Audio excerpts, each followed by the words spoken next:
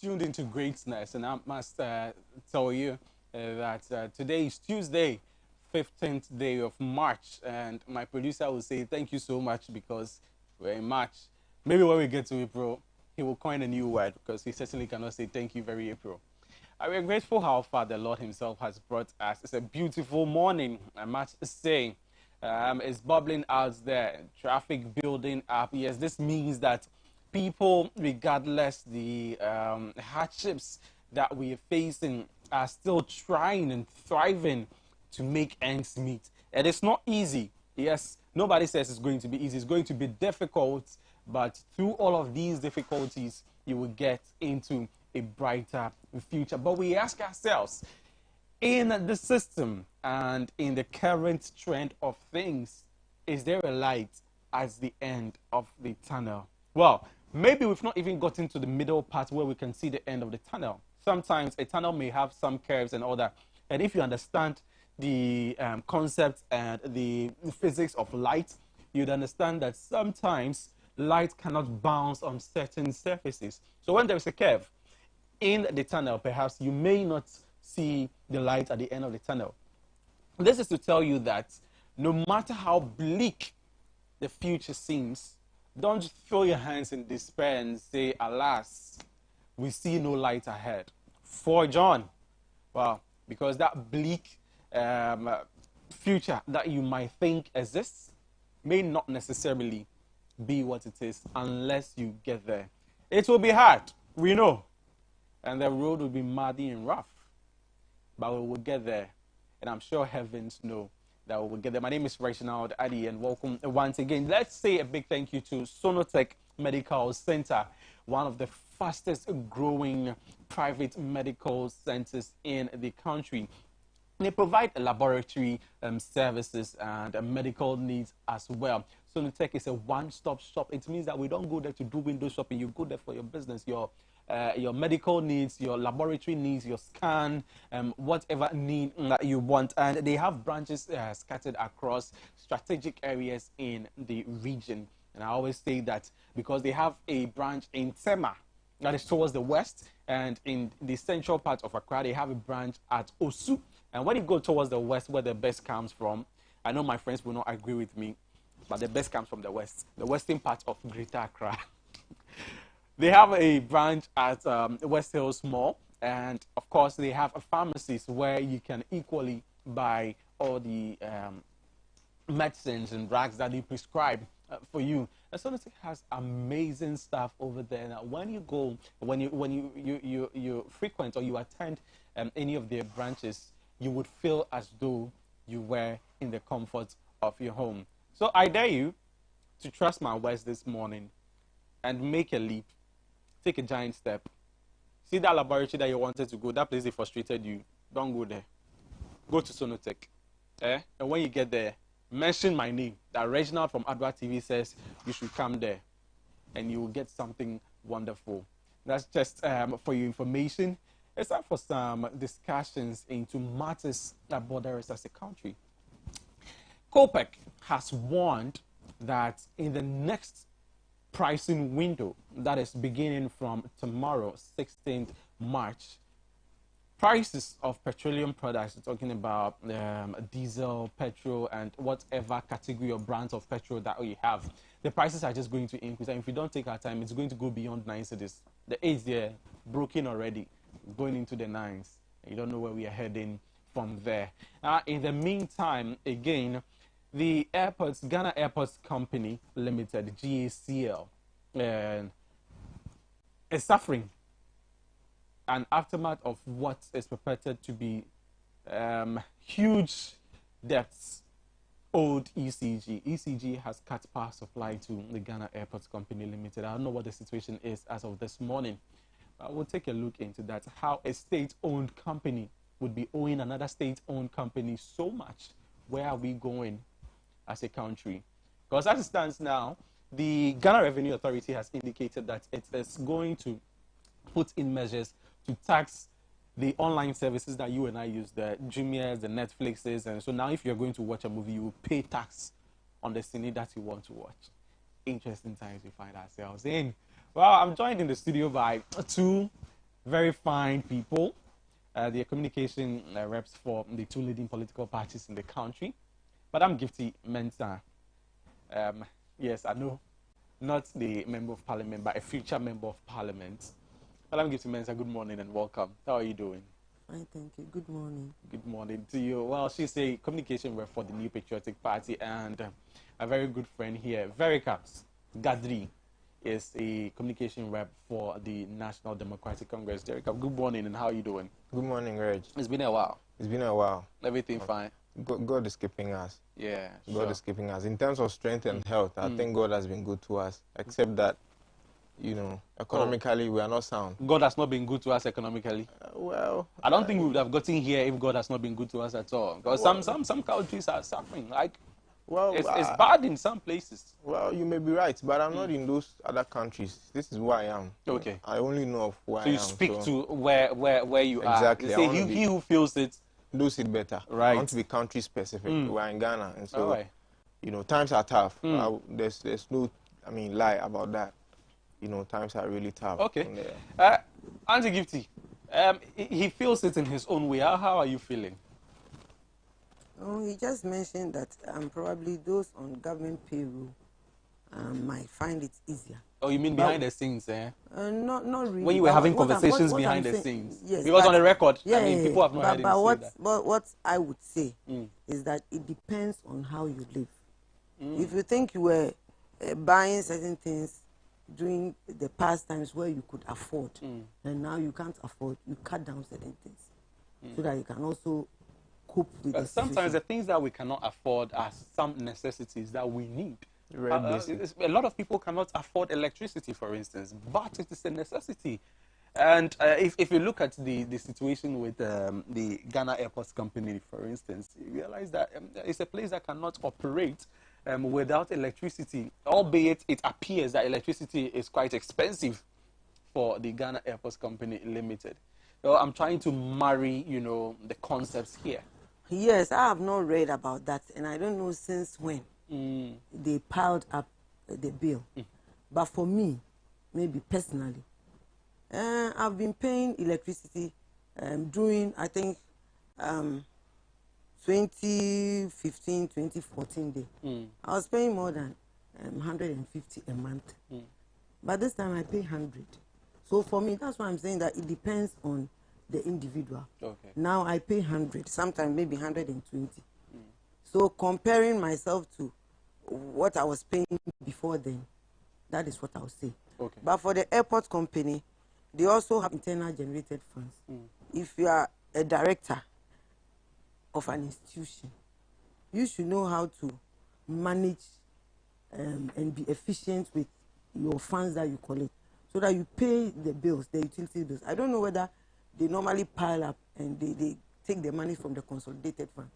If that is not the case, which of the ministries should pay your bills for you? All right. So you are on the concept of management, proper management.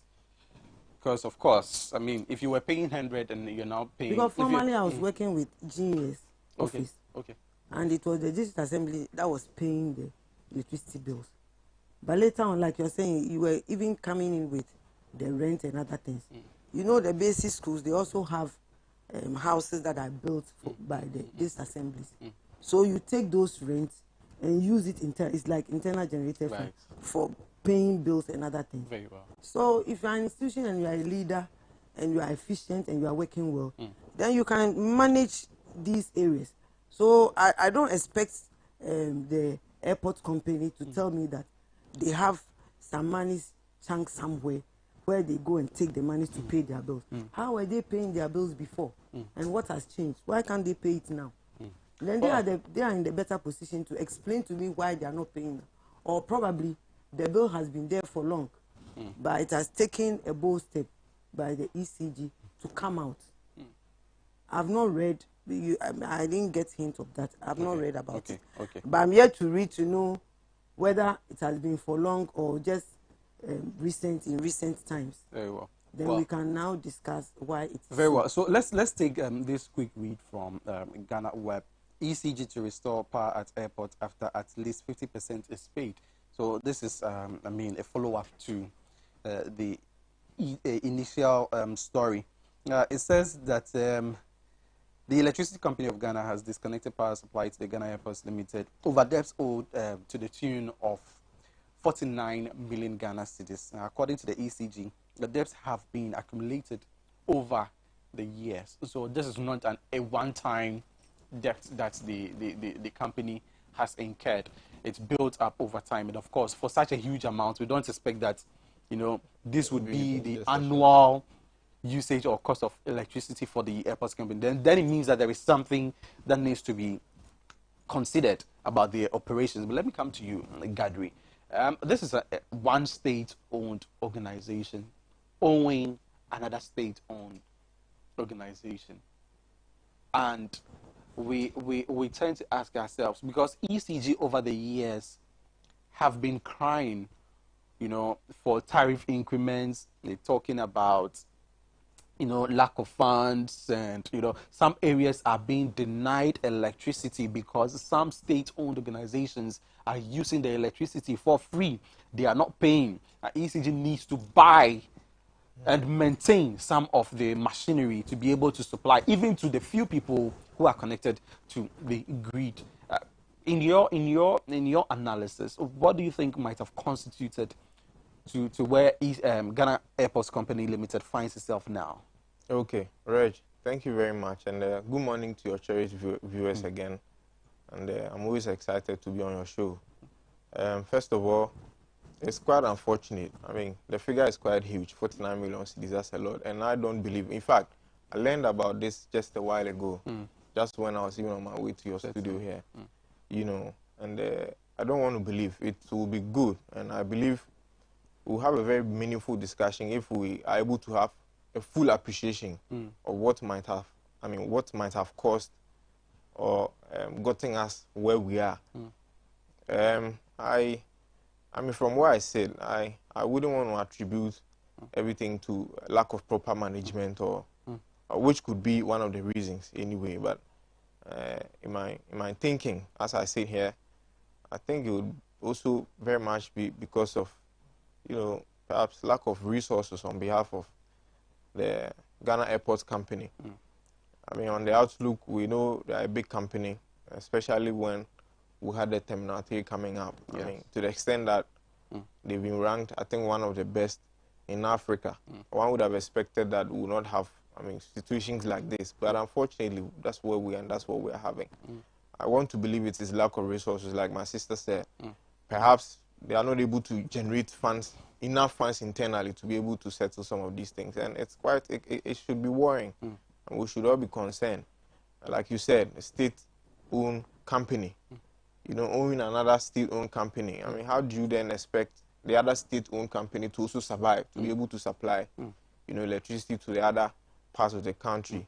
It's quite unfortunate, but just if we even get to realize that it's due to perhaps lack of proper management and what have you, then I think that it will be in order and will be good for the management and the current board to make sure they put an expedited process or measures to make sure this is remedied, because it doesn't sound too good for the country's airport, particularly when it's an international airport.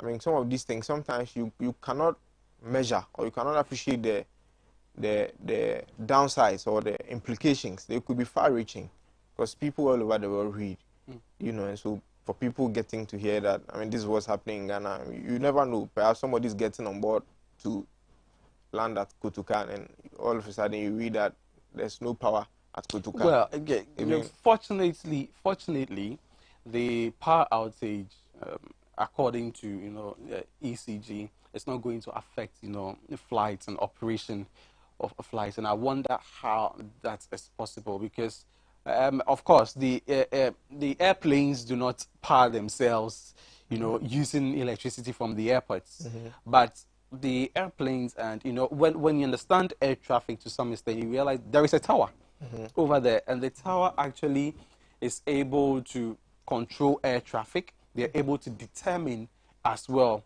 in collaboration with the Ghana Meteorological Agency, which also indicated a strike action some time ago where we all panicked because they work together and they help determine the weather, if it's safe for flights, and even sometimes help reroute some of the airplanes, amongst other things. The tower at least uses electricity. And so if the electricity supply, I don't know if it's for the entirety of the airport, but what we understand is that the power supply has been cut for Terminal 3 and has been cut for some other offices as well.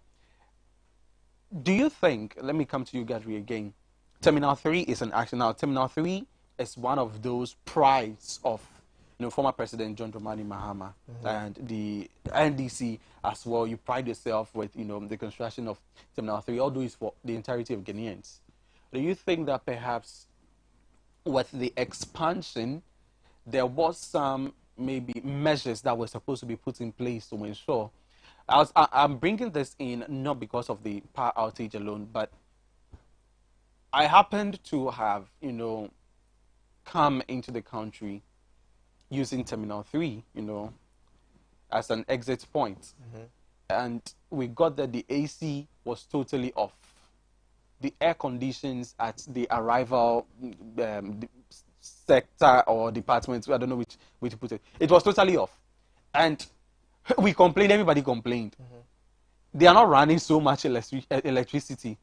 Do you think that there were some considerations that were not put in, after the Terminal 3 was constructed, that we have gotten to this point? Well, Reg, I doubt. I doubt because Terminal 3, before it even came into being, was well thought through. And so it cannot be perhaps because of capacity in terms of on the side of the ECG or the national grid as to whether we'll be able to supply power to Terminal 3. I would be surprised to hear that, seriously. But you see, first of all, like you said, I mean, so long as I get the explanation that, the tower controls, air traffic and all that, but to a very large extent, I mean, how do you operate an airport without lights? Like you said, you give a very practical example. But as then there were lights. There were lights. But they were not running as they should. I mean, if you have lights, I mean, in an arrival department, at least there should be some AC, the people coming. Because there is this COVID-19 testing thing where you have to spend a lot of time over there and all that. At least whilst you're waiting, even the Wi-Fi card, they connect. It's not working. So I'm wondering the kind of operations that the Airports Company Limited is running for us to have incurred such huge debt. So, I mean, first of all, like I was saying, definitely operations will be affected. Efficiency will be low. We won't be able to maximize profit as we should. I mean, by virtue of the fact that there's no light and all that. Like you said, you just shared your experience that you go to an arrival, a room, there was no AC, wasn't working and all that. I mean, definitely that will come as an inconvenience to you as a traveler. Certainly. And so, that's a welcoming point. And so, like I'm saying, it's one that ought to be dealt with, because the inconveniences alone it could create for travelers, especially people who are coming in for the first time and all that. But I don't want to believe. I'll be surprised. I don't believe, because just recently, I mean, the car power deal that President Mahama entered. Okay, let's sum on that. Now we have surpluses of electricity. I understand. I understand. know that. But Red, just in a second, just to conclude on that. I mean, I think this is just a replica or a miniature of the bad governance this country is having under the MPP. And my sister earlier, like you said, we were engaging, I mean, before the start of the show, and she was saying that, I mean, technically or literally saying that we should live within our means. I mean, times are hard. You don't need people or rocket scientists to come and tell us. Look at the CD to dollar today. Look at I know we'll get there, but I mean, just we definitely will get there. And so we'll just encourage the management of the Ghana airport. This does not portend well for the country at all, especially when this same airport has been ranked as one of the best in Africa. At that time, I saw a Nigerian friend and kept praising Ghana. I couldn't believe we could have an airport like this. And so we cannot be all of a sudden damaging. Couldn't believe this thing. Because they hardly see things like that in their country. Let me speak to Auntie Gifty. I asked Gadri one important question. So just recently, some appointments were made for the Ghana Airports Company Limited, and we were expecting that, things, operations would be bettered, if not at least augmented to some extent. But this is where we find ourselves, and we are asking, what is the modus operandi, not for the Ghana Airports Company Limited, because you may not be able to answer for them, but this is a state-owned institution, and we are in a government that, or we are in times where we need so much money, where the ECG is calling for increase in tariffs. And I must admit and acknowledge that ECG currently is embarking on an operation where they are trying to bust illegal connections, amongst other things. How come a huge and a massive state-owned organization like the Ghana Airports Company Limited find itself in such debt? I mean, a state-owned organization, what is the modus operandi? Are they being audited at all? I mean, what is happening in the country? Are we losing grip of our institutions? Like I said earlier, I was talking about management, because I work with an institution, and I said you cannot sit in the office and wait for the government to pay some of the bills for you, even if you are taking the monies from the district assembly. So I just asked whether they don't have a measure there where they used to pay the electricity bills. Is it coming from the consolidated fund and the government is not releasing the funds, or they were using other means to pay the bills? Because we all know about this. Of course, they were not paying at all, so the means we don't even know. Yes. They actually. So if they come out that this is how we usually pay, we normally take the monies from the consolidated fund, because we have different ministries, and they give them budgets to manage all the institutions in Ghana. Now, so the airport company is a, fee-taking institution. They are not an NGO. Yes. They operate, they charge, and are they not generating enough to be able to offset their own electricity bills? Yeah, that is exactly the question I'm also asking, because we put people in place to be efficient and work for the government, because the president or the ministers cannot be everywhere. So at least we have people who manage certain institutions. So we should hold them responsible for what is happening. Okay. But if I should add up, probably I might say that during the COVID era, because of the lights were on, the air conditions and everything were on, but people were not using the airport, because for the past 6 years, traffic was was limited for some time. Yes, for some time. Because I remember for the past 6 years I've been attending the women's conference in New York, but since the inception of the COVID or whatever brought by the white man, whether it is true or not. yes. Since that time, I've not been traveling. Even this year, we're scheduled to go. But later on, they sent us emails that it cannot come on, so we shouldn't come. So imagine the number of people who would have used the facility to travel, but and the charges thereof. Would that necessarily be the case? Because no, I'm saying that even before COVID or after COVID, I mean, people are still using the airport. But that is why I'm saying that from the charges, you said it's not an NGO, so they charge fees for using the facility. So that's why we have to compare whether it's because of the limited number of people traveling and that they are not accruing enough revenue to pay for the bills, or they are mismanaging, or probably they take the money from somewhere and the government is not giving them that amount of money. Now, is it not surprising, does it come to you as a surprise that this same airport, just about 3 months ago or 4 months ago, was reported to have contracted, a company with a huge sum of money? My producer will get the amount for me, or if I recollect, I'll also indicate. But a huge sum of money for Christmas decorations. Now, guess what? This same Christmas decoration used electricity from ECG. Now, if we can spend so much to buy decoration, empower the decoration with, power from ECG, and refuse to pay ECG, shouldn't this company be held accountable? The management at the board of Ghana Airports Company, shouldn't they be held accountable? Because they came out to justify and try to debunk, you know, the news that was taken, because obviously Ghanaians were not happy about the amount of money that was put into decorations. And we asked the question, what gains did the decoration bring to the airports company? Yes, like you rightly said, we have to hold the board and the management accountable, because if they did not manage the money that they were collecting, so I understand very it's well, 118,000 Ghana cedis. 118,000, for the decorations. yes, for decoration. 2 weeks worth of decoration.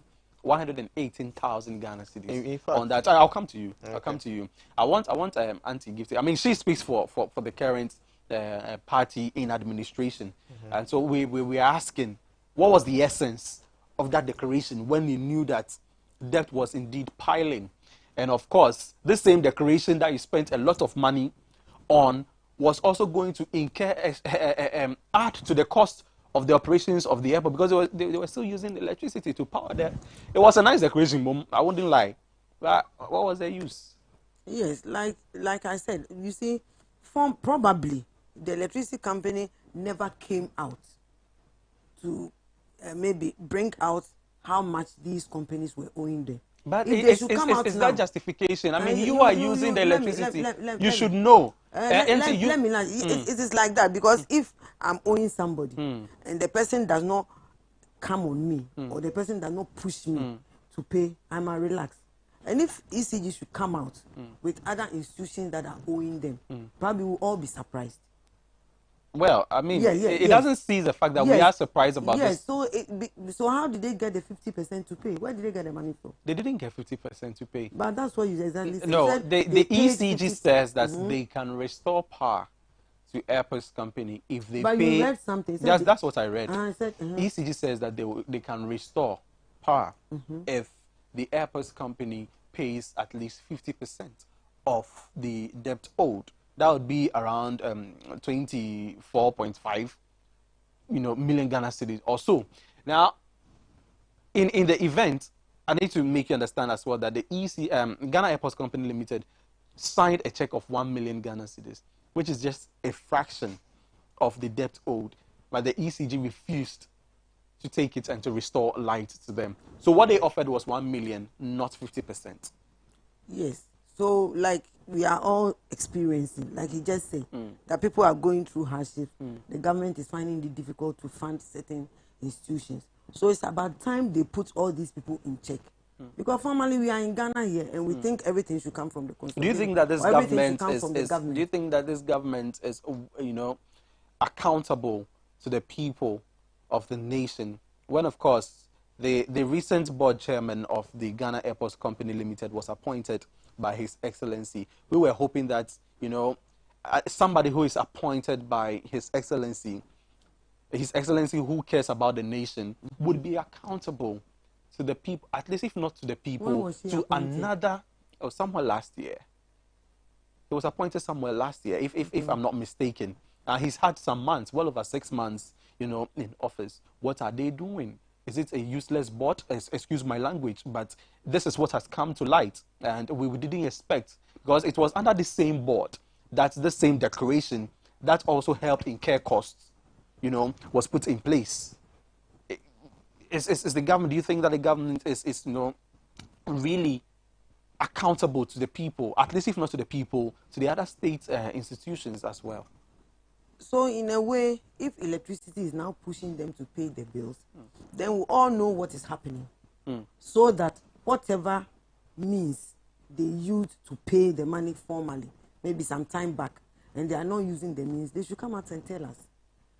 Because I'm not expecting that if GES owes electricity company, they should go to another institution and take the money. They will have to manage their institution well, so that all these things will not come out like it has come.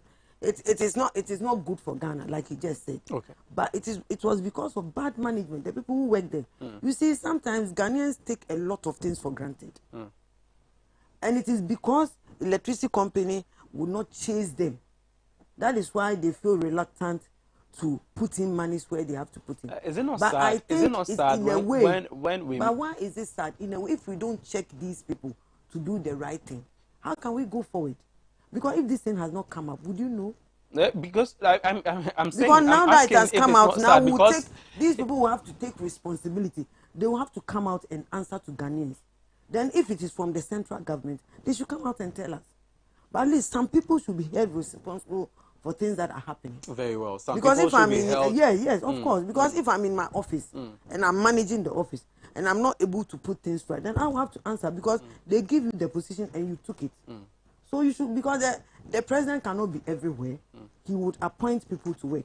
But for now, it is good that he's not covering up for some people. Well, I'm but asking they are about coming out with accountability these because things a lot so of, that, I mean, this thing popped so up this yesterday. thing is a way of the people being accountable. They should come out. If people push them, they'll come out and tell us why it is so. When the bill started piling, was it just recently, or whoever you mentioned, or the board of directors came to inherit that amount? I indicated that it's of course to clear your doubt or to further inform you Something that that it's hard.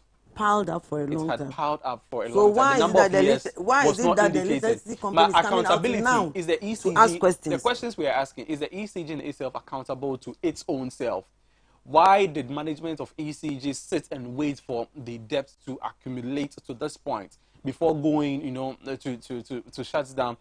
I don't know what arrangements they had from the basis. Now, the Ghana Airports Company Limited alone in itself is another state. How accountable are they? Now, these are institutions that are operating under a government, okay? And we're asking, how accountable is the government in itself, to the state and to itself? Because it appears that it's a laissez-faire kind of administration. Do as you wish. Because the president is being accused to be a clearing agent. Everything happens and then he clears the people, he sweeps it beneath the carpet, and then everything is shut. Oh, do as you wish. And nobody's held accountable. Nobody's persecuted. Things are going on like this, and it seems that we don't care. And that is why I'm asking about accountability. But I'll give you some time, to maybe answer your question. Very well. Let me come to you. But is it wrong now for if the government has not done that maybe for some years and people are complaining? Is it wrong now for him to now allow all the other institutions to come out and work and do what is right? Because talking about even the teachers, after 5 years, after 5 years in power, is it wrong now? We are asking if it's wrong now. Let me land. It's better late than never. So if the person sees the mistakes that I allowed how people, long have the mistakes been in existence? But you see, like you said, you have not even mentioned when the electricity bills piled up. You didn't mention the date. We don't know when it started, and we don't know the bill they also came to meet. So this is the time they should come out and tell us, so that we can rightly judge who did what. Okay. You see, and like I was saying, because even if you look at the teachers' rent issue, that law has been there for a very long time, but they don't pay. We will come to that. So if now the government has seen that it is about time that those who are living in government bungalows, living there for free, using electricity and water and other things for free, it's about time we try to get something out of them so that they can use it to manage their own institution. They will not come back to the central government for monies or funds to renovate the area. Then it's in a good direction. All right. We'll come back. We'll get onto the 10%. Oh no, but it's overlaps. That's why I'm bringing it down. We'll get to that properly. Reg, I don't want to judge further. I want to exercise restraint because, like I said, I don't have a full appreciation of the issues. But I believe the amount you quoted, like you said, it's a deep-seated one, and I believe it's lingered on for quite some time now, perhaps. And so it may perhaps be unfair on my part to just say that it's the current regime that is perhaps causing that. Okay. I mean, in terms of the management, so you do not admit the government. that, well, the debt could have, migrated from it's possible. I mean, it could be deep-seated. Yeah, it's possible. Because, interestingly, one thing I'm excited about is the fact that the current board chairman is also a journalist like yourself. And today is even Tuesday. I'm sure, if not today, maybe in the course of the week, he's going to come out with what the issues are really. You know, and so I want to exercise some level of restraint. I don't want to judge until I have a better understanding and a full appreciation Okay. of the issues. That's allowed. But you spoke about the Christmas impressions, for instance. I mean, that was a technical word, you know, the board chairman gave in one of his editorials on Good Evening Ghana. That, you know, and he had even indicated that they spent 89,000 and actually got the rest as sponsorship and all that. But 89 was still too much, you know. But, you know, we are dealing with a group of people who are, you know, capitalist oriented, you know, people who believe in the ideals and the principles of capitalism, you know, empower private people. And so, you know, just recently, yesterday or so, I read in the Herald newspaper that even Accra Psychiatric Hospital would be giving or has been giving out to a private investor. You know, these are people who seek to profiteer at the expense of everybody. You know, that's what capitalism is all about. They squeeze everybody. They squeeze the mass of the people or the masses, and a few people sit on top. They keep squeezing us, and they are living large. You know, and so these are the group of, I mean, that's the group of people we are dealing with. But like I told you, I want to exercise restraint. I don't want to go too much into it until I have a full appreciation of what may have accounted or what may have caused that. But one reason that I want to agree with my sister here from the other side is the fact that it's perhaps also a problem of collections. Because, I mean, over time, we have seen that challenge, you know, come up almost all the time, that the ECG are not able to follow up as they should when it comes to their collections. And so the companies would also relax. I mean, if I owed you, Reg, and you were not asking me for your money, I mean, definitely I'll be a bit... I'm continuously, you know, lending money to you. You know, I'll be a bit reluctant. That is my worry. You know, because I cannot accept the reason that, I mean, that it could be because they are not able to generate enough revenue. Because a company that seeks to profiteer, and even on the balance sheet of GAC, I mean, the airport company, we got Terminal 3. A project as huge as Terminal 3, we could go on the balance sheet of the Ghana Airports Company. I don't believe, because if you mistakenly drove on the wrong side of the airport and your car got clamped, I mean, you will not be paying less than at least 250 cedis. Will have to come out from, and even the parking. The parking, I don't know if you've ever parked your car at the airport space. It's quite expensive. You know, it is. Very expensive. People are not able to afford. Myself, one time I used 10. I was like, wow, you know. But all these money, like I said, we are dealing with a group of people who are capitalist oriented. Every single opportunity they get, they seek to profiteer at the expense of everybody. And so that's why we are here. We are, but I don't want to associate or attribute some of the problems or the causes to the fact that perhaps it's because they are not able to generate revenue or they are not able to profiteer. I mean, in most cases also, many of the state institutions do make losses. To a very large extent, they make losses and then they leave it there because, I mean, at the end of the day, or after all, it's not anyone's private company. The government will come to our aid or will come to our rescue when we are down, you know. And so that has also been a mindset of, you know, people working in those kind of species and all that. And so it's early days yet. I am waiting to hear from the board chairman tonight, since he's a journalist. Well, and let's hope that he uses his platform to address, because we have not heard from the Ghana Airports Company Limited in response to ECG. But he's such an interesting genu. Seriously, you know, because many times I've looked up to him doing editorials on, for instance, the current situation with the fuel prices and the dollar. I do you know, step-by-step analysis and all that, but all the time he's the same man who wants to make us believe, you know, he's holier than thou, you know, the church-going type. He believes in the Bible much more than any other person and all that. But he seems to be selectively biased, you know, towards some of the things even, you know, attempts or try to discuss on his shows. But I mean, we'll leave that to him and his listenership or his viewership. Well. And, like you said, you don't want to judge on these matters, so let's wait till we hear from him. Sure, that's your I mean, perception of the current board chairman of the GECL. Let's move away from that. Since we are expecting to hear from GECL, we'll wait till they come out with their reports and then we analyze the very essence of the matter. But what we are very sure of is that COPEC warned us, or gave us, you know, word that fuel prices were going to hit a particular amount, and in fact they did. And again, they have indicated that fuel prices may go beyond 9 cedis, with diesel around 10 cedis per liter from tomorrow, March 16, which is the next pricing window. And this has caused a lot of, stir and worry, because already we are still balancing or trying to manage the current price increments with the, stability in salaries and the economic hardships that people are already faced with. I'm coming to you, Auntie Gifting. I told you to start with me on this one. I mean, you just had your take, so let me. You spoke for a while, for a long while. Relax. Let me go first on this. No. Let's have the lady first, and then you come on that. Well, this is where we find ourselves, and the depreciation of the cedi has been characterized as one of those, albeit controllable, variables that we have.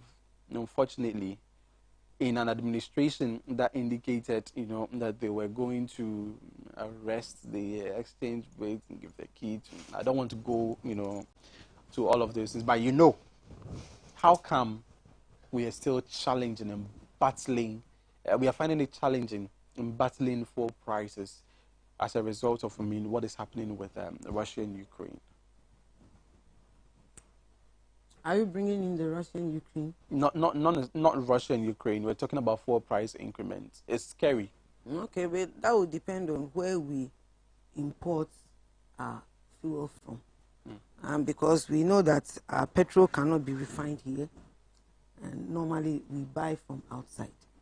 So depending on the price that we buy the fuel, then the government will also add the shipping cost and other costs to it before we the consumers can also get the fuel.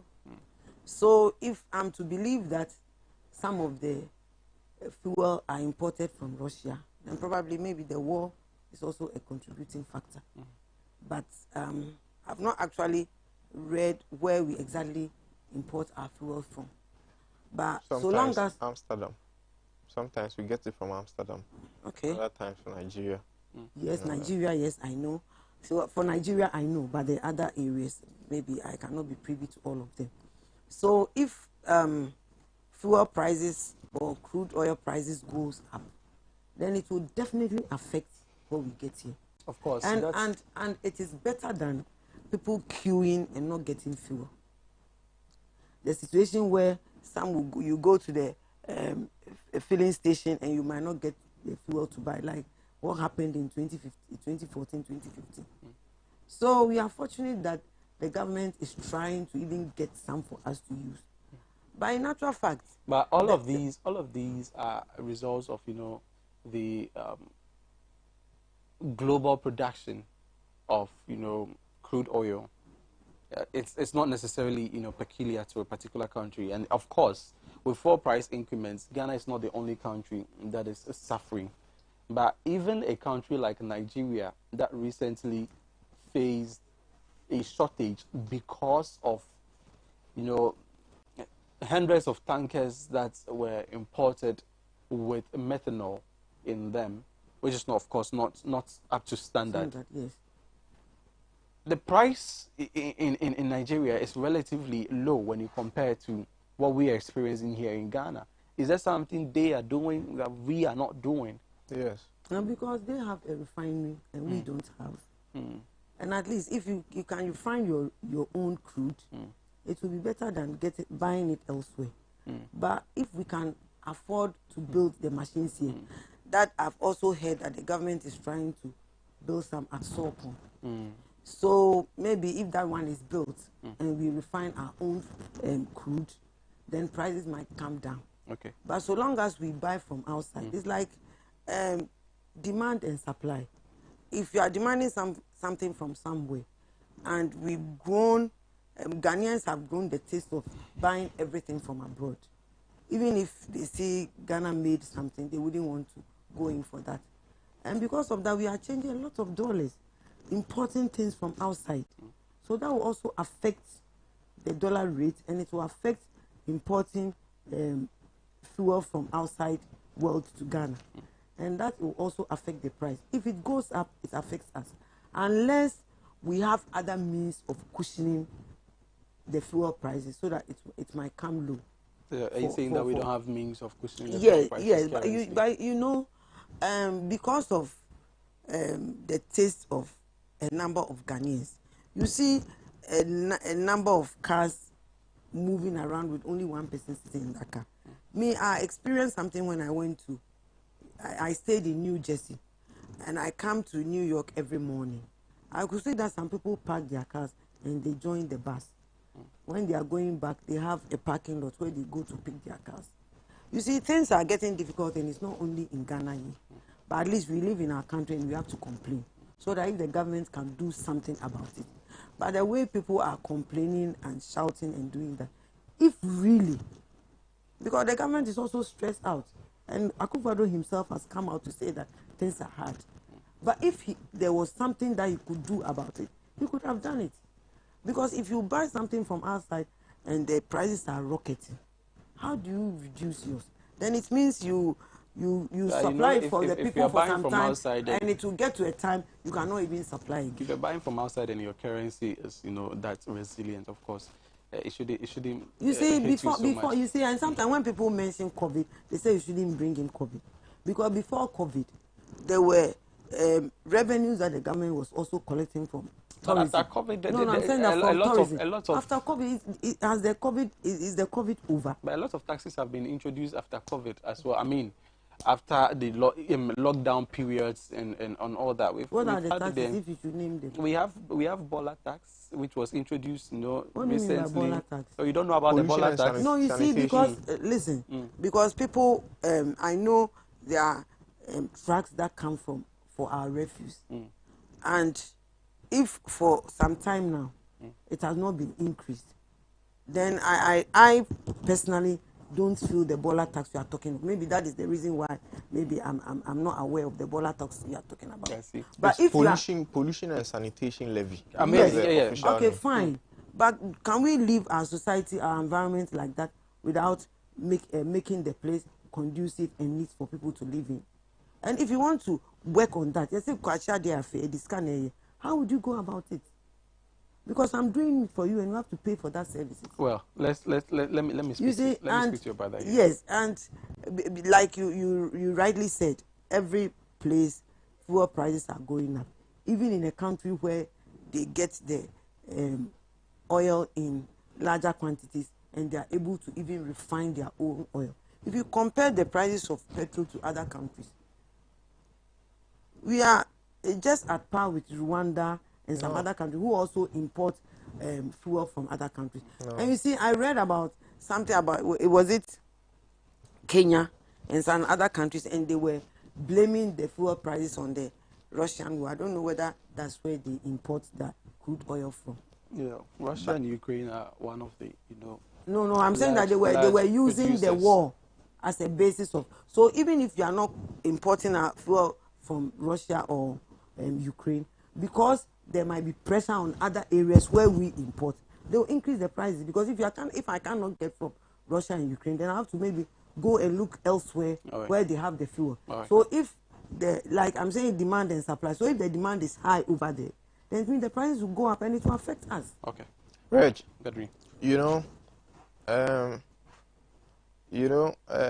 previously the sing song of the NPP, who is the government today, was that COVID had hit, COVID has struck the country and had wrought havoc on us and all that. Accepted. But today, I will not be surprised if their new sing song becomes the Russian-Ukraine war. I mean, very soon that will be the excuse they will give for every single thing that we suffer in this country. You see, I'm a serious socialist, and I keep talking about those two, ideologies all the time. When you have a group of people who subscribe to the ideals or principles of, an ideology like capitalism, this is what happens. A lot of the time, there's political chaos. 2, there's security chaos with your security. 3, there's social chaos. And these 3 things I've mentioned, we have seen them. They are happening, as we even see there. There's economic chaos, there's security chaos, and there's social chaos. And it's happening. We are where we are today because of the gross mismanagement and crass incompetence on the part of the MPP government led by His Excellency President Anado. And I say that because I mean, these problems didn't just start. Before COVID hit, I mean, they would say we were doing better, but in my view, I mean, comparing to what under President Mama, this country saw, I mean, you're not doing any better. You see, they have mismanaged the economy so much so that the cedi keeps depreciating. I mean, I don't know if you read quite recently, the cedi, just this year alone, the past 2 months, the cedi appreciated by 7.6%. And now the West, in West Africa, it used to be depreciated by 7.6%. It used to be currently the depreciation is about 9.8%. So it's gone up again, you know. Whereas other countries or our peers like South Africa and these other people are appreciating their currency, the rand and the Namibian dollar by 4.12% and 3.68 respectively. We are here and ours is just depreciating. Just last week it was 7.6. I'm hearing today that it's gone up to 9%. You know, let me go straight to the point. Three things cause or is what has gotten us here, or three things are very key in determining the price of fuel and why the prices are high. Number one is the price of crude oil in the international market. I mean, obviously, prices are going up, even with respect to what is happening with Russia and Ukraine and all that. So, price per barrel keeps increasing. And the OPEC countries, even though Ghana is an oil-producing country, we don't produce in commercial quantities. And so we are not even a member yet. Nigeria is a member in a few other, countries. And so when they go to sit at the table to take decisions as to how much they should sell a barrel of crude for, I mean, definitely they will be looking, or they will be seeking to profiteer and remit monies back to their homes. And so that one is standard.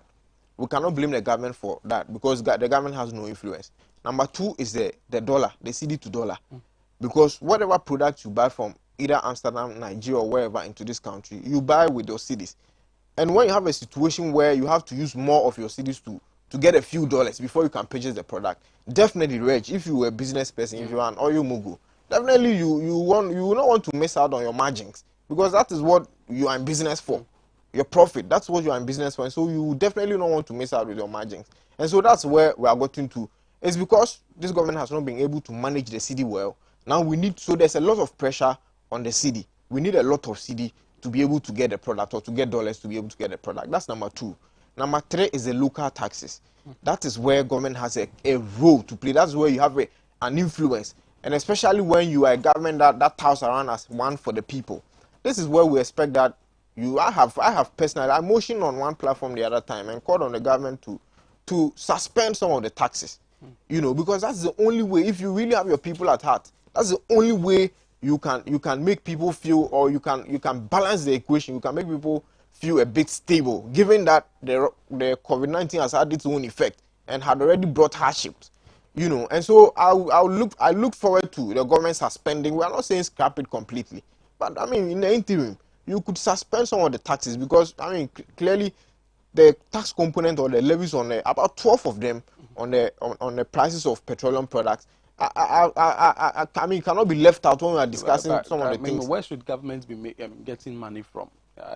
We need money to run the nation as well. In fact, there's introduction of more taxes, amongst other things. But where should the government you just make said, money from? Because Ghanaians are not willing to pay e-levy and what have you. And you're saying that they should scrap, the little that they are getting from. You see, fuel. You see, government has also contracted loans. Don't forget about that. I mean, there are so many ways of raising revenues. Or we should go back for loan. I don't know, but as it is now, we all know our credit rating within the international market. What Standard & Poor's, Fitch, and Moody's have all said about us. I have had the benefit of working in a credit reference bureau before, and so if you have a bad credit rating, there's no way you will give me your money because you cannot determine my natural propensity to be able to pay that money you are giving. The chances are that I will default, and you are not giving the money to me because you are Father Christmas. There have been thousands of avenues for government to generate revenue, but the fuel specifically is one sensitive area that government must really be very careful about, especially when we know for a fact that some of these taxes or some of the high prices you are facing today affect the prices of general goods and services? Because so long as your fuel prices keep going up, the person coming from Medina to Accra market to come and sell will have to be on board a trotro. Will have to be paying more. If she's carrying goods, she has to pay more to transport here. You will not expect her to come and be selling those things cheap. I mean at cheap prices. How do you expect them to meet their margin? So three things: the local taxes, the international pricing per barrel, and the CD to dollar appreciation. We have called on government that the times are hard. We just expect the government to be able to suspend some of these taxes for some time, and then after, because there are just a few, about 3 or 4 components that put together, if the government should take away from the prices of fuel today, we will be selling somewhere around, less 1 CD. The fuel price will be less 1 CD or 1 CD 50 pesos. And so if you are a government that is sensitive or that cares about your people, these are some of the interventions you should be putting in place, to help, keep calm and keep the economy moving. Because I seriously don't get it when you just said about Kupeg and what have you, IES and all these other guys. A lot of the time their predictions are right. Before you open your eyes, they are ready. And in fact, yesterday I even listened to the head of pricing at the MPF on Eyewitness, and he confirmed that we should expect anything not less than 9 cedis for petrol and around 10 cedis or 10 cedi plus for diesel. And we don't know when this is going to stop. We don't know when this is going to stop. It keeps going up because just sometime early last year, we're buying fuel under 5 cedis. We're buying fuel under 5 cedis. And so it's funny. The other part that I'm calling on the government, or why we're also calling out on this government, is that, as we speak now, Ghana is a net exporter of crude.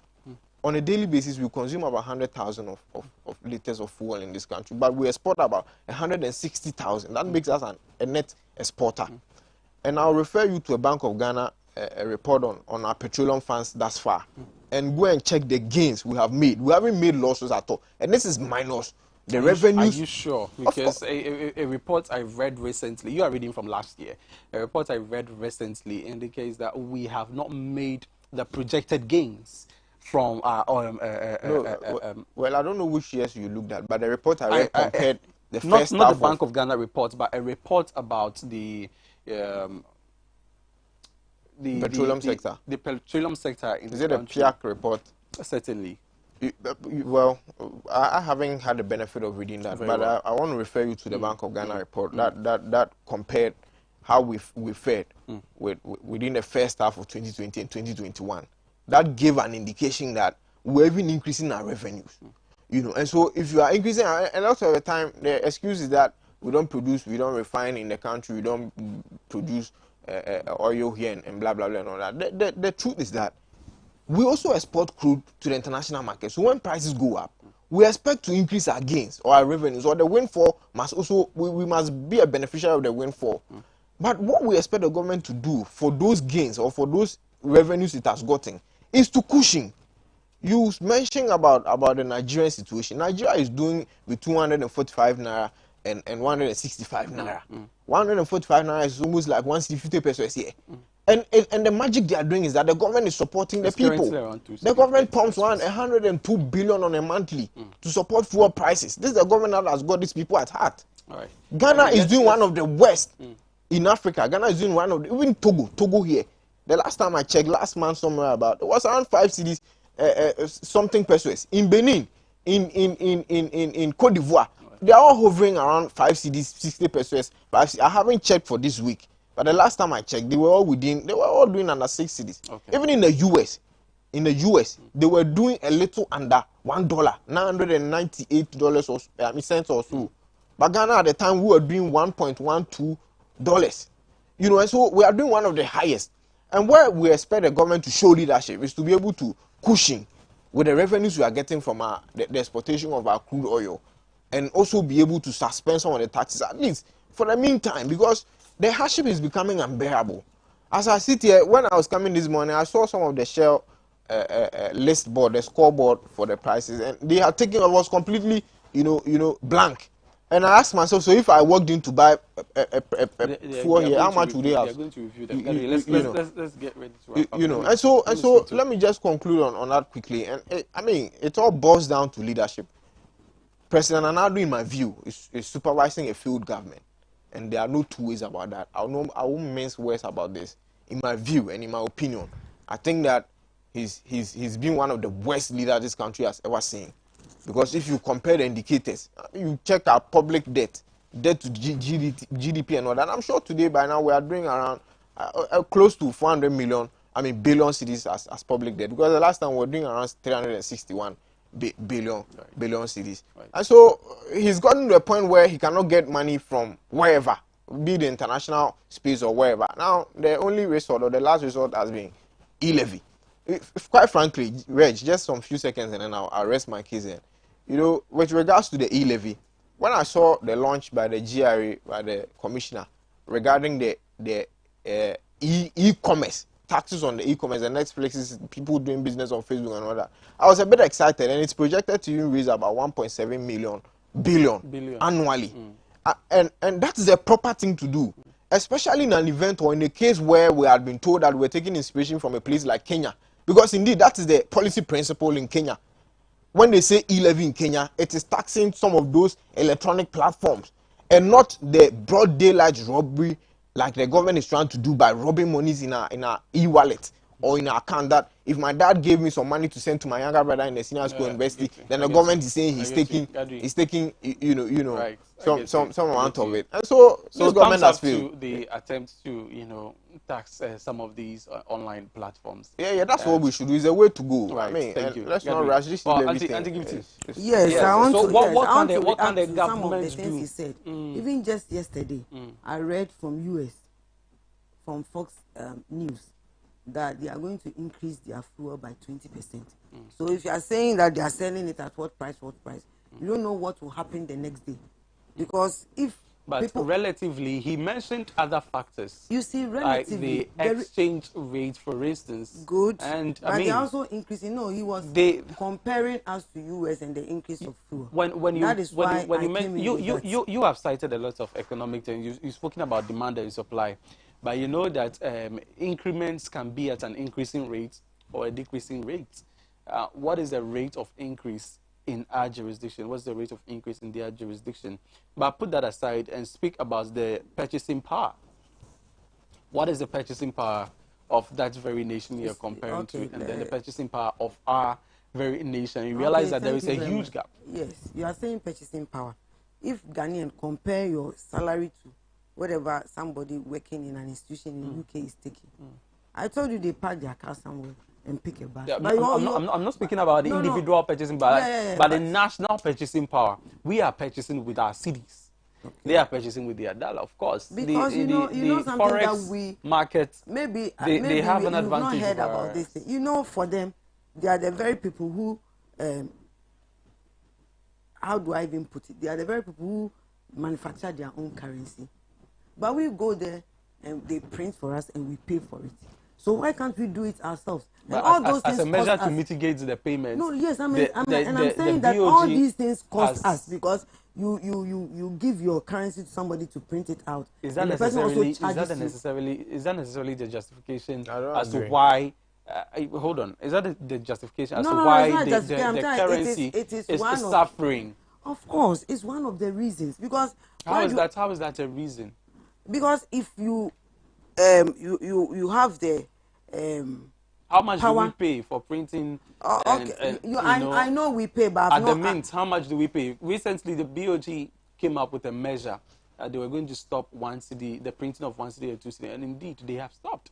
So if you check, it's not out there. The coins are rather the ones, because it's relatively cheaper as compared to printing the notes. I mean, this is a measure, and they are fine. We are fine on that side. Yes. You look at other factors. Okay, I want to say something about the taxes he mentioned. Okay. You know, when the NPP also came into power, it reduced a number of taxes. Let's say 17.5% VAT on real estate, 17.5% VAT on imported medicines. It also reduced that. and 17% of VAT on financial services, 17% on duty on spare parts, and even 17.5% on domestic air tickets. Then 50% reduction on all import duties for all goods. But you introduced 5% And even tax 30% of after vehicles. collapsing banks. And I'll talk about the vehicles. You know, we are talking about petroleum. Let me come in. He mentioned some social. Yes, but you say you are a socialist party and you don't bring in any social intervention, because during MPP time, before NDC came into power 2008, teachers were purchasing cars at a very cheap price because the government removed the waiver. Right now, they are parking their cars.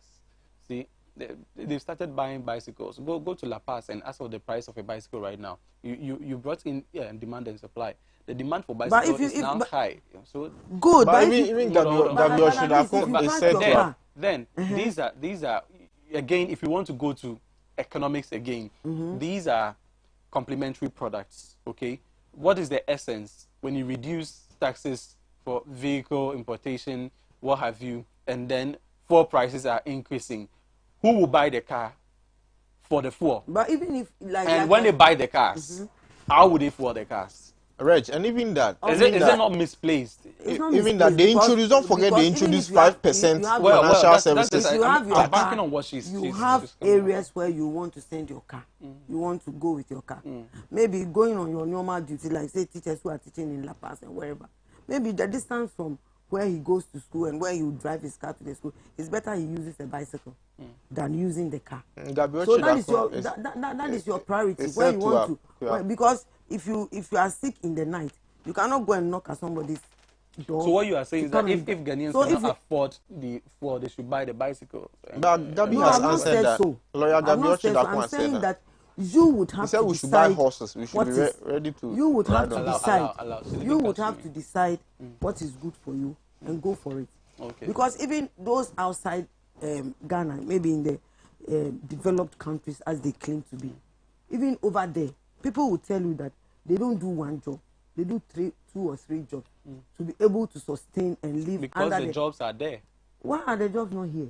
Why? No, because let's say if I'm a teacher, I'm teaching in the secondary school and I close from school and I engage other children in my home to teach, there is not another kind of raising revenue. It's another kind of also raising money. When you close from work, you cannot even use your laptop to do other jobs on net, and so you can get some income. So if you say somebody should do 3 or 4 jobs, people do it in Ghana. Maybe we have individual differences. Some people might not want to do it, but others are doing it.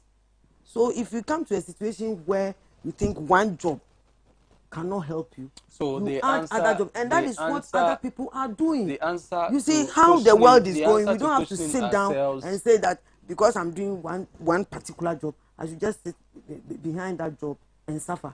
Okay, so while fuel prices are increasing and all that, Ghanaians need to wake up and work harder so that they can cushion themselves. Of course, why not? In these difficult times. Of course, because during Mahama's time, it was not. Listen, during Mahama's time, it was not rosy as he's saying. Because I was at the education, I was at GES. Okay. And when I was in GES, we know now the government is even paying teachers for research. Formerly, it was not so. But why? Because we've never seen that before. We never said anything. But now you have 1,002 every year that they give you to do research and teach well, buy teaching learning materials and all. It was not there. But nobody talked about that because they've never experienced that. But now that they've given it to them, if another government comes and takes it out, that is where you see people complaining. So the government has no answer to the increment in fuel prices. I'm saying that we buy from elsewhere. Like even America has also increased theirs because of the Ukraine, whatever. And now you know what? They are now even suggesting that they also have oil. So they should try and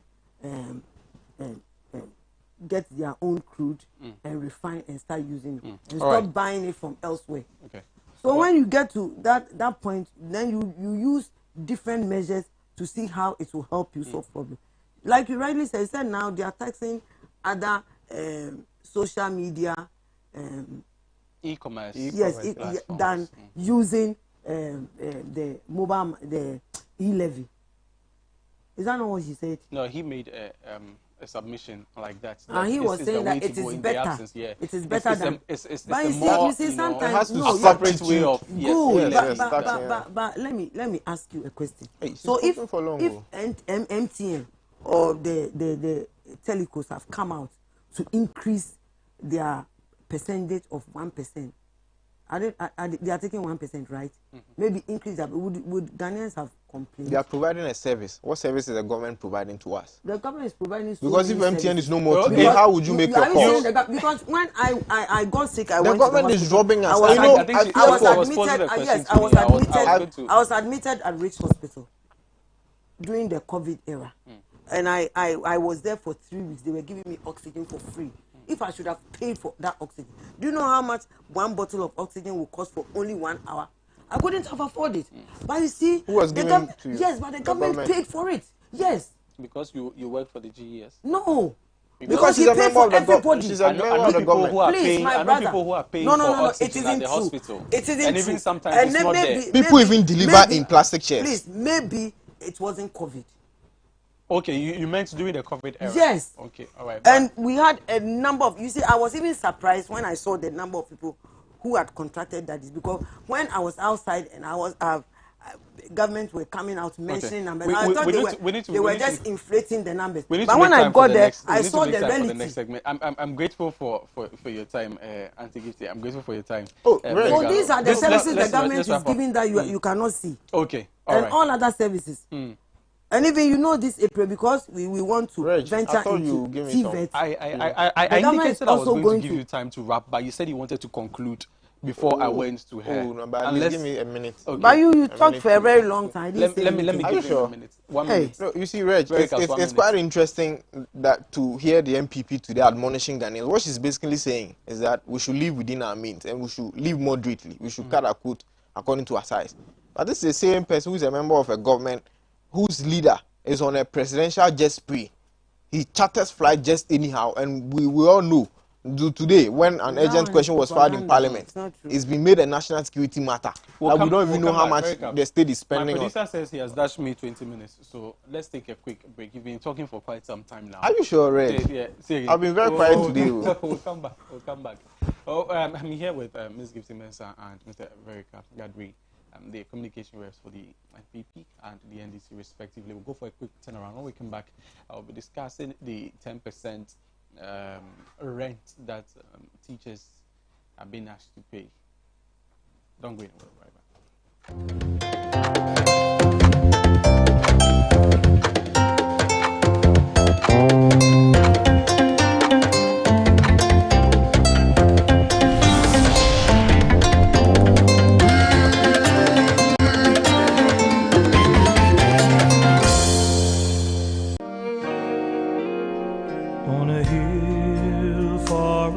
Lent is a period of admonishment, fast, giving, self-denial, and remorse.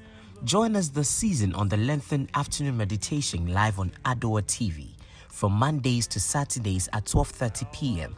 as these great people of God take us through moments of reflections, meditation, prayer, atonement, purging, and reconciliation with God and one another. Don't miss this opportunity to commune with God for just 30 minutes on the Lenten Afternoon Meditation. I'll cherish the old rugged cross till my trophy. Hi, my name is Matthias Domlan, lead radiographer at Sonotech Medical Center. Together with my colleague radiographers, our role is to produce high-quality digital X-rays, CT scans, MRI scans, and the use of other imaging modalities to assist radiologists and other medical professionals to monitor, diagnose, and treat patient injury or illnesses.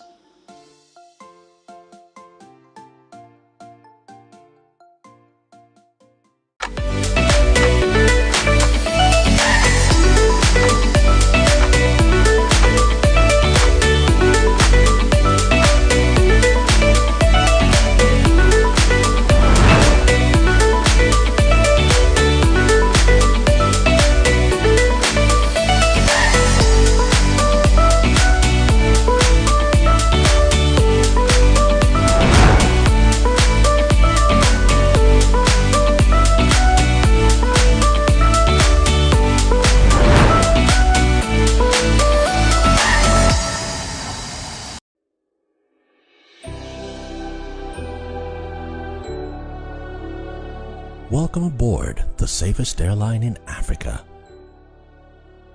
With industry-leading safety measures to protect your well-being. The first in Africa to earn a diamond standard of safety. Offering a more contactless, safe, and seamless experience. Delivered with a smile by Africa's first fully vaccinated crew. Creating special memories that bring the joy back to flying, so you can continue making memories with your loved ones. Book your flight with RwandAir today. RwandAir, the safest airline in Africa. RwandAir, fly the dream of Africa.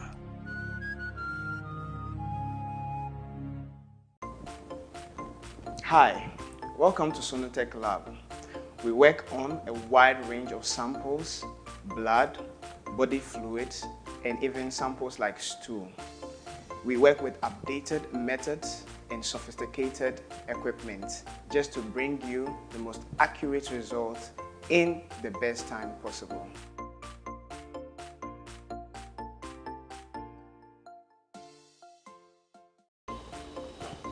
Hi, my name is Matthias Domlan, lead radiographer at Sonotech Medical Center. Together with my colleague radiographers, our role is to produce high-quality digital X-rays, CT scans, MRI scans, and the use of other imaging modalities to assist radiologists and other medical professionals to monitor, diagnose, and treat patient injury or illnesses.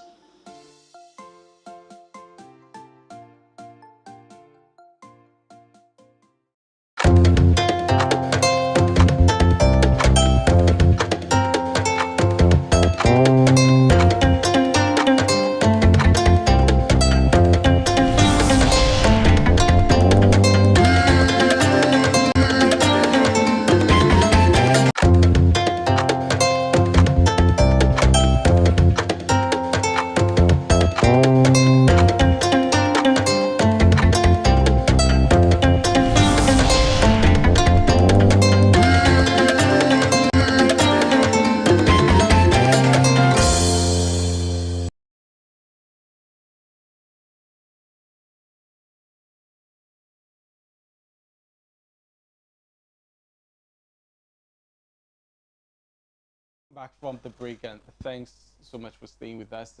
The newspaper review segment here on AM Ghana. I'm here with Madam Gifty Mensah. She speaks for the New Patriotic Party, and Mr. Verikas Gadri, who speaks for the National Democratic Congress. So, a release from the Ghana Education Service, should I say, Auntie Gifty's alma mater. She used to work with the GES. They came out with a release dated 11th March 2022, and here it's indicated the essence of it is all is that teachers who are living in bungalows are being asked to pay 10% of their basic salary as rent, and this, according to the GES, had been put in since 15th of May 2006. But was not being heeded to. However, the new directive says that, it says that I have a right to inform you that with effect from 1st March 2020, all teachers, staff occupying school or government bungalow are to pay 10% of their basic salary. Now, this is where the thing is. You are also to ensure all arrears owed are collected to avoid audit issues. Well, Auntie Gifty, does this mean that teachers are going to have to pay from 2006, when the first directive came in, up until now? And why? No. Okay. The reason being that I want us to define what a bungalow is. Okay. Because, we have teachers' quarters. Okay.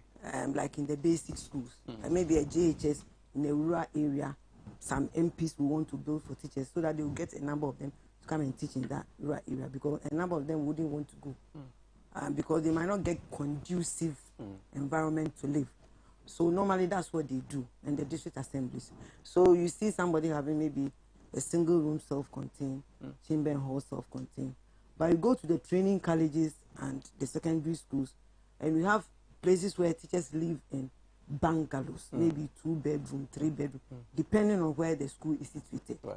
Yes. So for me, what I know, the reason why I said no was that when I was with the GES, I was working with the district office. Okay. So we normally oversee the secondary schools in the districts and the basic schools.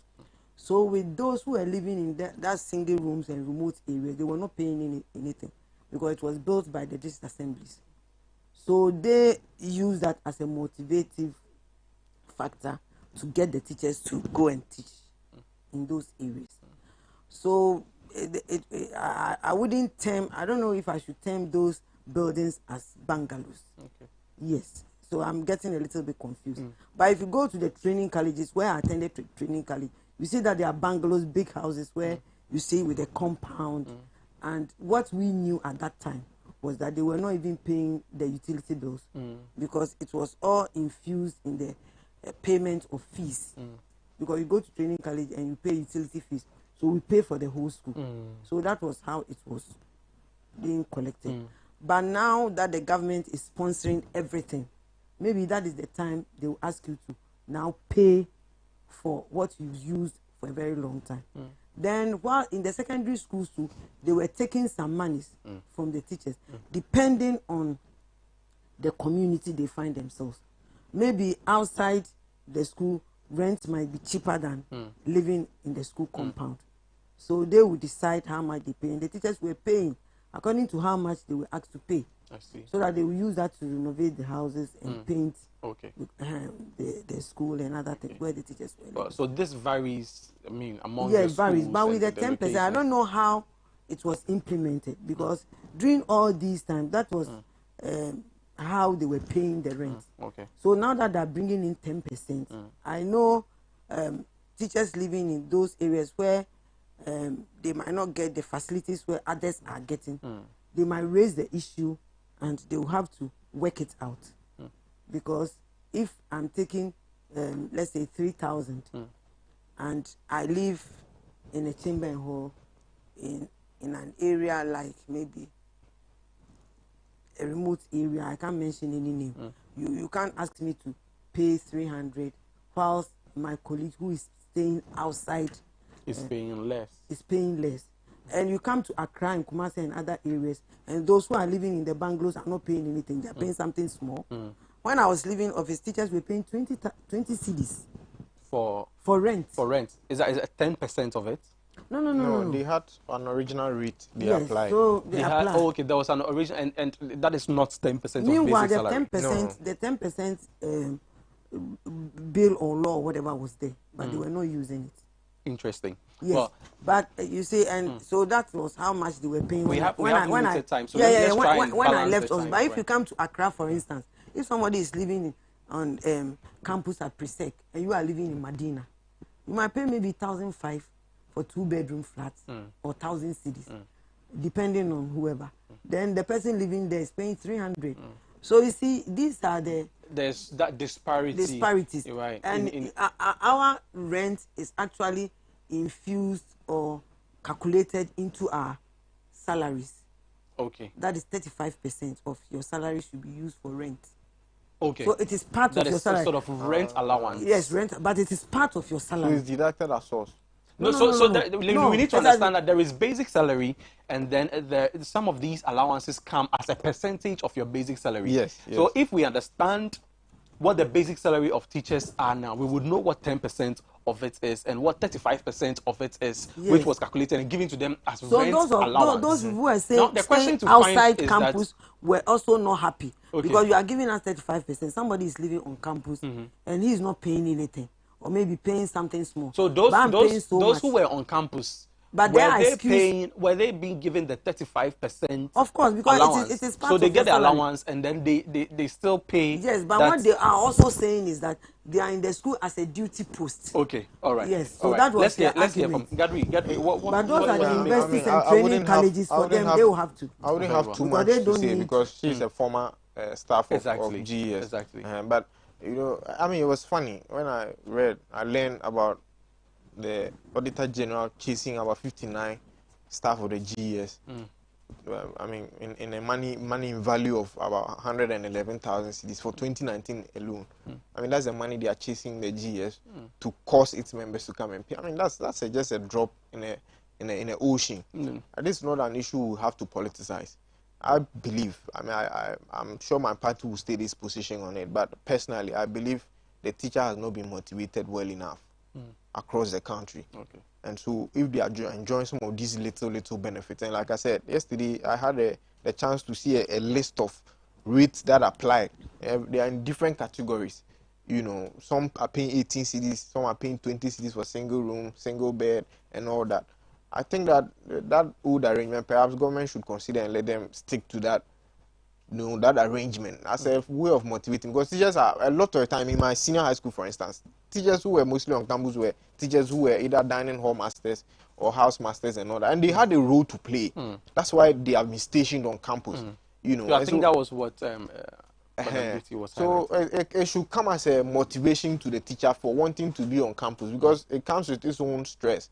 I went to a boys' school, troublesome guys. The house master all the time had to be on his toes, because if I brought my son to the school and you are the school master, house master, and my child somehow left campus without your notice or knowledge, and anything happened to the boy, definitely you also be blamed. Which school were you doing that? I went to St. James. I went to St. James Seminary. That's a lawyer, Sami Jemfis. Very well. He's senior to me about 3 years ahead. He was in the same class with my senior brother, actually. Okay. You know, and so personally, I think that the teacher hasn't been motivated, because if you check the range of their salary, she mentioned 3,000. I'm sure that's for people who have served for so many years. No, she just, it's an example. Okay, just an example. Yeah, it's not a definite amount. Apparently, the kind of arrangement is such that it's from 800 to 1,500, 2,000 there, but that's not, I mean, good enough.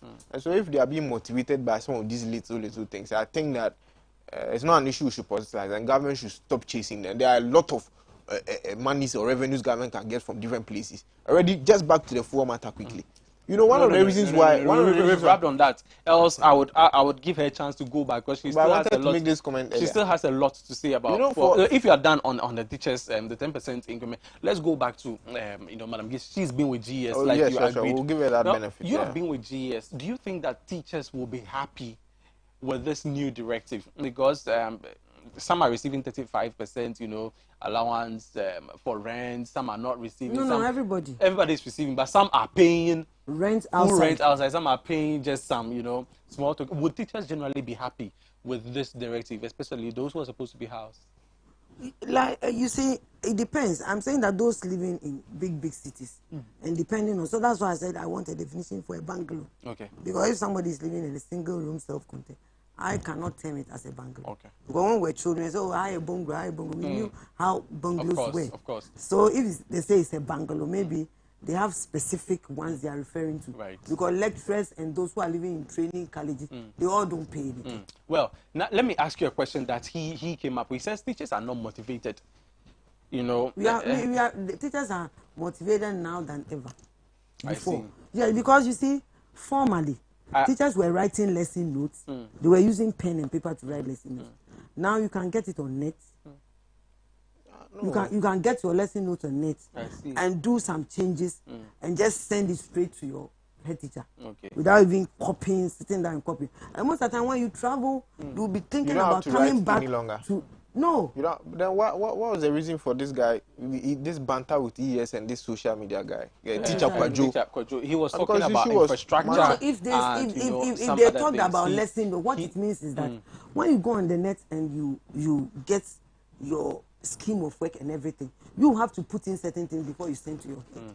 You don't have to give him the raw material. Certainly. Yes, at least you have to put. Maybe he was not doing that, but if you are a teacher and you don't prepare to go in the classroom, how are you going to teach? Because that's the way of preparation. His Excellency says that the teaching field or the teaching sector is not a place to enrich yourselves.